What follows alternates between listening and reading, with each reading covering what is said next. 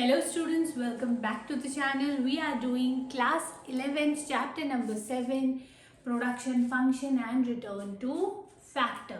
जो आज हम करने वाले हैं काफ़ी इंपॉर्टेंट टॉपिक है. इससे short question and long question दोनों आने की चांसेस काफ़ी ज़्यादा हैं, तो आप इस टॉपिक को ध्यान से समझो. ठीक है, हम कर रहे हैं आपका लॉ ऑफ वेरिएबल प्रोपोर्शन. अब देखिए एग्जाम्पल से समझते हैं. डेफिनेशन, टेबल, डायग्राम सब बाद में करेंगे. एक क्लासरूम है, ठीक है, ये मेरी क्लासरूम है. अब इस क्लासरूम में जो मैक्सिमम स्ट्रेंथ है बच्चों की, ये आपकी रोज होती हैं क्लास में इस तरह से 3 रोज 2 रोज जैसी भी होती है. जो मैक्सिमम स्ट्रेंथ है बच्चों की बैठने की वो है 20 स्टूडेंट्स बैठ सकते हैं. ठीक है, अब क्या हुआ, ठीक है, एक बच्चा आया, न्यू एडमिशन, दूसरा आया, तीसरा आया, ऐसे ऐसे करके आपकी मैक्सिमम 20 सीट्स फिल हो गई. अब क्या हुआ, अब एक एडिशन बच्चा आ गया 21. ठीक है, अब इस एडिशन बच्चे के लिए जगह तो थी नहीं. ठीक है, तो टीचर ने इसे जैसे तैसे एडजस्ट करके बच्चों के साथ बिठा दिया. मतलब अब एक बेंच पे 4 बच्चे हो गए. ठीक है, अब ये बच्चा क्या कर रहा था, ये बच्चा बाकी तीनों को डिस्टर्ब कर रहा था, क्योंकि बेंच छोटा होता है, 4 बच्चे बैठते हैं तो डिस्टर्बेंस क्रिएट होती है. फिर क्या हुआ, एक और बच्चे की न्यू एडमिशन हुई 22. ठीक है, अब उसको भी बिठा दिया गया. ठीक है, अब इससे क्या हुआ, इससे ये हुआ कि क्लास में थोड़ी सी कियोस हो गई. ठीक है, कियोस की वजह से बच्चों का रिजल्ट क्या हो गया, थोड़ा सा डिक्लाइन हो गया, क्योंकि जो एक्स्ट्रा कैपेसिटी के बच्चे थे वो बाकी स्टूडेंट्स को इरिटेट कर रहे थे. ठीक है, बिकॉज उनको प्रॉपर सिटिंग एरिया नहीं मिल पा रहा था, पढ़ नहीं पा रहे थे और वो दूसरों को भी डिस्टर्ब कर रहे थे. तो इससे क्या समझा आपने, इससे हमने ये समझा कि जब आपका टोटल प्रोडक्ट मैक्सिमम पे होता है, ठीक है, और उसके बाद भी अगर मैं ऐड ऑन करती रहूं तो क्या होगा, एक स्टेज ऐसा आएगा जब आप ऐड ऑन करते रहेंगे, मतलब मार्जिनल प्रोडक्ट टोटल प्रोडक्ट में ऐड ऑन करते रहेंगे तो आपका मार्जिनल प्रोडक्ट क्या होगा, डिक्लाइन हो जाएगा. मतलब रिजल्ट क्या हुआ उन बच्चों का, खराब आया. ठीक है, देखो टेबल से समझो. ठीक है, स्टूडेंट्स की जगह चलो यहाँ पे लेबर दी हुई है. अब देखो एक फील्ड में मैक्सिमम जो लोग काम कर सकते थे वो थे 5 ही लोगों की जरूरत थी उस फील्ड में. ठीक है, या फैक्ट्री में. अब उस फैक्ट्री में 5 लोग काम कर रहे थे और टोटल आउटपुट आ रहा था 14. ठीक है, अब क्या हुआ, एक और लेबर इंट्रोड्यूस कर दी भाई उसने. अब इस लेबर को इंट्रोड्यूस करने से क्या हुआ कि चलो आपका मार्जिनल, आपका टोटल प्रोडक्ट तो बढ़ा, लेकिन अगर आप चेकआउट करो तो क्या वो इतनी स्पीड से बढ़ रहा है, नहीं, सिर्फ 1 यूनिट बढ़ा है. ठीक है, अब उसने क्या किया, प्रोड्यूसर ने एक और लेबर को रख लिया. ठीक है, वो नीडी था, रख लो साहब. ठीक है, रख लिया उसको. ठीक है, क्या यहाँ आपका टोटल प्रोडक्ट बढ़ता हुआ नजर आ रहा है, नहीं, क्योंकि मैक्सिमम कैपेसिटी पे ऑलरेडी प्रोडक्शन थी. अब इससे ज्यादा प्रोडक्शन हम नहीं कर सकते, चाहे भले ही आप वेरिएबल फैक्टर को ऐड ऑन करते रहो. अब देखो एक और वेरिएबल फैक्टर ऐड ऑन हो गया. अब इससे क्या हुआ, इससे टोटल प्रोडक्ट आपका डिक्लाइन होना शुरू हो गया और मार्जिनल प्रोडक्ट तो नेगेटिव में ही चला गया. ऐसा इसलिए हुआ क्योंकि जब किसी भी चीज को आप एक्सेसिव वे में ऐड ऑन करते रहते हैं तो उसका कहीं ना कहीं नेगेटिव इम्पैक्ट जरूर पड़ता है. ठीक है, अब देखो ये जो 3 लोग थे इनके पास कोई काम तो था नहीं, बिकॉज प्रोडक्शन आपकी मैक्सिमम लेवल पर थी. तो ये क्या कर रहे थे, ये टाइम पास कर रहे थे, औरों को डिस्टर्ब कर रहे थे, जिसकी वजह से आपका टोटल प्रोडक्ट क्या हुआ, डिक्लाइन हो गया. ठीक है, अब will move towards your definition. देखो लॉ ऑफ वेरिएबल प्रोपोर्शन और law of diminishing marginal product. The law states that as we increase quantity of only one input, ठीक है, हम क्वांटिटी एक इनपुट की बढ़ाते जा रहे हैं, ठीक है, कीपिंग अदर इनपुट फिक्स्ड, बाकी के इनपुट आपके फिक्स्ड रहेंगे, जैसे कैपिटल, लैंड, ये सब आपका फिक्स्ड रहेगा, क्योंकि लॉ ऑफ वेरिएबल प्रोपोर्शन को हम शॉर्ट रन में पढ़ते हैं, लॉन्ग रन में नहीं। लॉन्ग रन में तो आपके सारे जो भी इनपुट्स होते हैं वो क्या होते हैं, वेरिएबल होते हैं, बदले जा सकते हैं, लेकिन शॉर्ट रन में आपके जो वेरिएबल फैक्टर्स होते हैं, वेरिएबल फैक्टर्स भी होते हैं और फिक्स्ड फैक्टर्स भी होते हैं, क्योंकि शॉर्ट रन में इतनी जल्दी तो मैं लैंड नहीं बदल सकती, ठीक है, या आपका कैपिटल अरेंज नहीं कर सकती। तो यहाँ पर वो क्या बोल रहे हैं, शॉर्ट रन की बात हो रही है, ठीक है। सबसे पहले तो आपने ये ध्यान रखना है कि यहाँ पर शॉर्ट रन की बात हो रही है, तभी यहाँ पे लिखा है कि only one input keeping other input fixed, ठीक है, एक आपका वेरिएबल होगा और बाकी सारे फिक्स्ड फैक्टर्स होंगे। Total product initially increase at increasing rate. देखो यहां तक अगर आप देखो तो टोटल प्रोडक्ट बढ़ रहा है, एक यूनिट पे एक आदमी ने टोटल प्रोडक्ट 2 दिया, जैसे ही मैंने एक और आदमी को दिया उसने टोटल प्रोडक्ट 5 दिया, इंक्रीजिंग रेट पे बढ़ रहा है ना, मतलब यहां से लेकर, ठीक है, यहां तक, तो ये इंक्रीजिंग रेट पे बढ़ रहा है भाई,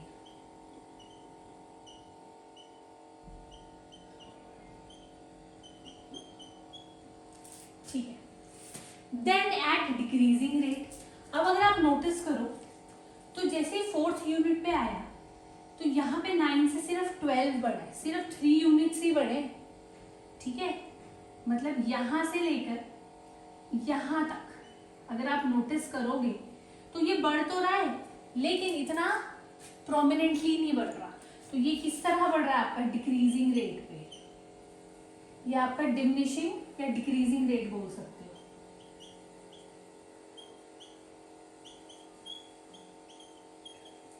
और देखो यहां पर, यहां से लेकर यहां तक ये तो आपका नेगेटिव रेट पे बढ़ रहा है,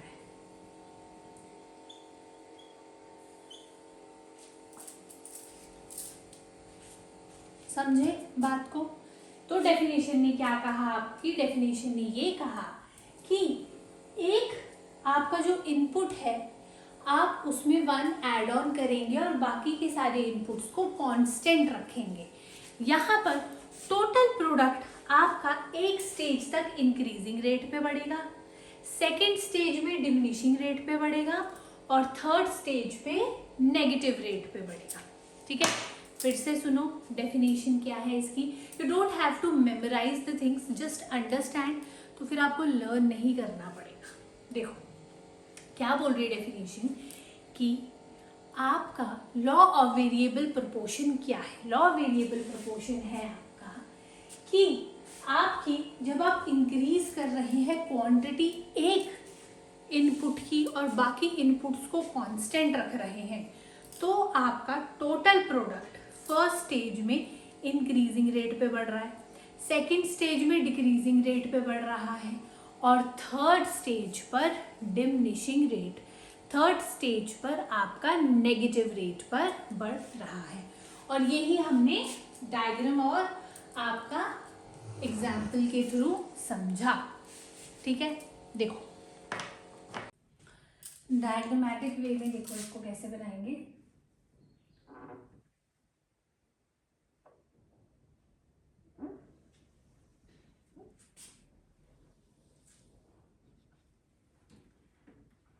zero x axis, y axis,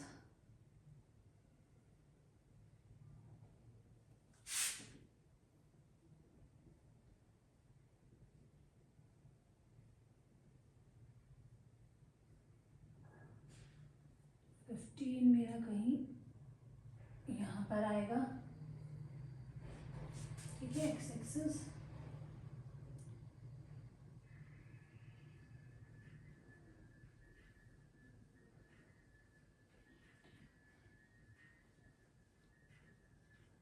labour x पे दिखा दो, वाई पे दिखा देते हैं total product and your marginal product, ठीक है। यूज करते हैं कलर्स।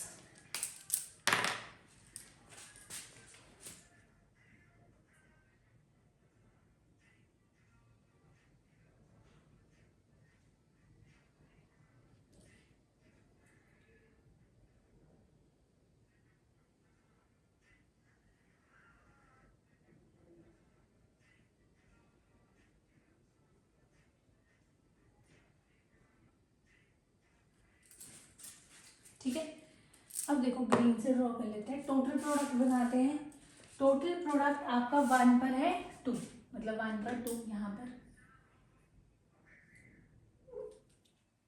सॉरी, आपका टोटल प्रोडक्ट क्या है 1 पर 2, तो फर्स्ट आपका बनेगा ये यहाँ पे।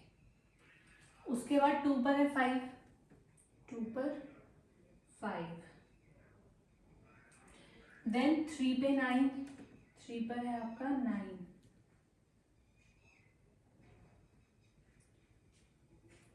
4 पर 12, 4 पर है आपका 12, थोड़ा एक्यूरेट बनाने की कोशिश। 5 पे है आपका 14,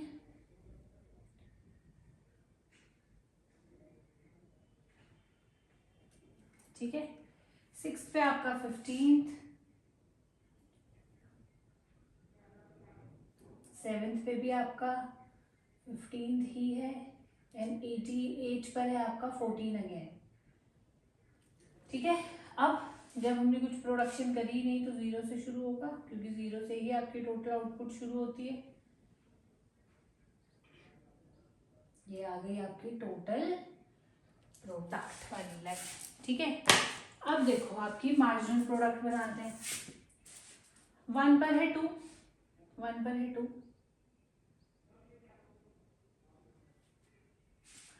2 पे है 3, 2 पर 3, 3 पे है 4, 4 पे है आपका 3 अगेन,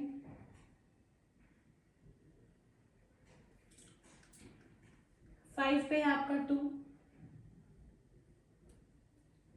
ठीक है। 6 पे है 1, 7 पे है 0, एंड 8 पे है माइनस, तो मुझे थोड़ा नीचे इसको एक्सटेंड करना पड़ेगा। -1, -2 ऐसे लेते हैं। 8 पे आपका -1, ज्वाइन करो लाइंस।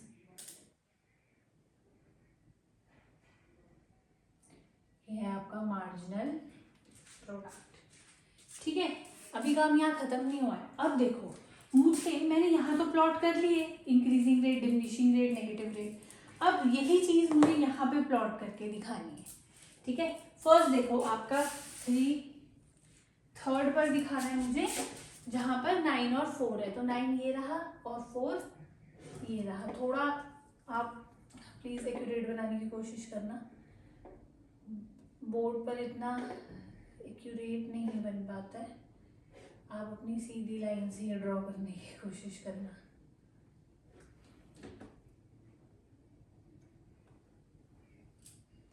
इधर बनेगा ये।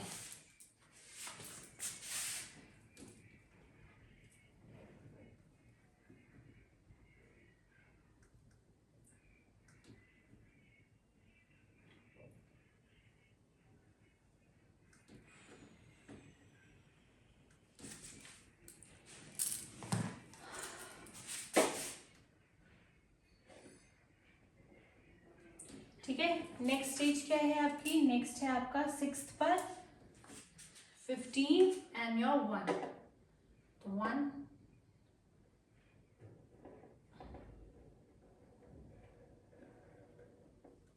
ठीक है। ये हो गई आपकी फर्स्ट स्टेज, ये हो गई सेकेंड, और ये है आपकी 3rd स्टेज। ठीक है, अब देखो इस डायग्राम और टेबल के थ्रू आपको इस टेबल और डायग्राम और टेबल के थ्रू आपको कुछ चीजें बतानी है। देखो फर्स्ट है, क्या दिख रहा है आपको यहाँ पर कि जब आपका टीपी इंक्रीज हो रहा है, जब मेरा टीपी इंक्रीज हो रहा है तो मेरा मार्जिनल प्रोडक्ट भी इंक्रीज हो रहा है। ठीक है, अब फर्स्ट स्टेज में क्या हो रहा है, टीपी इंक्रीज डिक्रीजिंग रेट पे बढ़ रहा है और आपका मार्जिनल प्रोडक्ट भी बढ़ रहा है। अब नेक्स्ट में क्या हो रहा है आपका, देखो नेक्स्ट में आपका ये हो रहा है कि जब आपका टोटल प्रोडक्ट आपका डिमिनिशिंग रेट पे बढ़ रहा है, टोटल प्रोडक्ट आपका डिमिनिशिंग रेट पे बढ़ रहा है, तो मार्जिनल प्रोडक्ट डिक्लाइन हो रहा है, नीचे की तरफ आ रहा है कि नहीं आ रहा। और जब आपका टोटल प्रोडक्ट कांस्टेंट है तो आपका मार्जिनल प्रोडक्ट 0 है। ठीक है, ये भी हम लिख के भी करेंगे तो आपको समझ में आ जाएगा, अभी ओरली बता रही हूँ। और जब आपका टोटल प्रोडक्ट डिक्रीज हो गया है तो मार्जिनल प्रोडक्ट नेगेटिव में चला गया है। ठीक है, इसको लिख के कर लेते हैं तो आपको और इजीली समझ में आए। लिख के समझते हैं, देखो व्हेन एमपी इज इंक्रीजिंग, जब आपका मार्जिनल प्रोडक्ट बढ़ रहा है, यहाँ तक बढ़ रहा है 2, 3 और 5, तो आपका टोटल प्रोडक्ट क्या हो रहा है, टोटल प्रोडक्ट भी बढ़ रहा है और काफी रैपिडली बढ़ रहा है। 2 से एकदम जंप कर दिया इसने 5 पर, 5 से एकदम जंप किया 9 पर, ये फर्स्ट स्टेज है आपकी। ठीक है, second when MP is decreasing, अब देखो यहाँ से आपका एमपी जो है वो डिक्रीज होना शुरू हो गया यहाँ तक, 3, 2, 1 कम होता जा रहा है। अब क्या हो रहा है, टोटल प्रोडक्ट मेरा बढ़ तो रहा है, टोटल प्रोडक्ट आपका ये रहा। ठीक है, सब हटा देते हैं ये,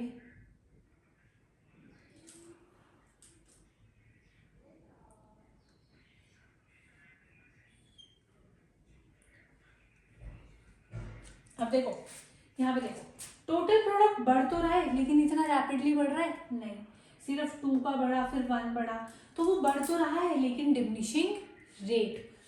ठीक है, थर्ड पॉइंट क्या है, थर्ड पॉइंट है कि मेरा जैसे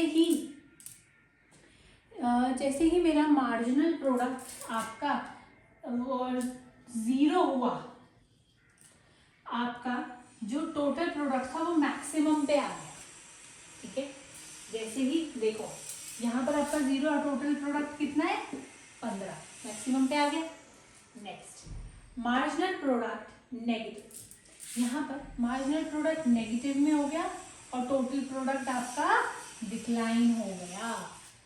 समझ गए, आपकी ये 3 स्टेजेस क्या कहते हैं, फिर से देखो एमपी इंक्रीज हो रहा है, टोटल प्रोडक्ट भी इंक्रीज हो रहा है इंक्रीजिंग रेट पर। ठीक है, मार्जिनल प्रोडक्ट आपका डिक्लाइन हो रहा है, अभी भी टोटल प्रोडक्ट बढ़ रहा है लेकिन डिमिनिशिंग रेट पे। जैसे ही आपका मार्जिनल प्रोडक्ट 0 होगा, टोटल प्रोडक्ट मैक्सिमम पे आ जाएगा। ठीक है, इससे ज़्यादा वो प्रोड्यूस नहीं कर सकता। अब जैसे ही वो वाली कंडीशन कि अब इससे ज़्यादा हम नहीं खा सकते, ये हमारी मैक्सिमम कैपेसिटी थी, वो वाली स्टेज है। अब जैसे ही मम्मा ने बोला एक और रोटी खा, मैक्सिमम स्टेज के बाद, तो जैसे ही मम्मा ने बोला एक और रोटी खा, वैसे ही तो आपको वॉमिटिंग हो गई, तो वैसे ही आपका टोटल प्रोडक्ट डिक्लाइन हो गया। ठीक है, आई होप आपको ये समझ में आया होगा। ठीक है, कि आपका लॉ ऑफ वेरिएबल प्रोपोर्शन क्या होता है, टेबल आपने कैसे बनाना है, डायग्राम कैसे बनाना है। कुछ बुक्स में ये अलग अलग भी दिया हुआ है, आप अलग अलग भी बना सकते हैं।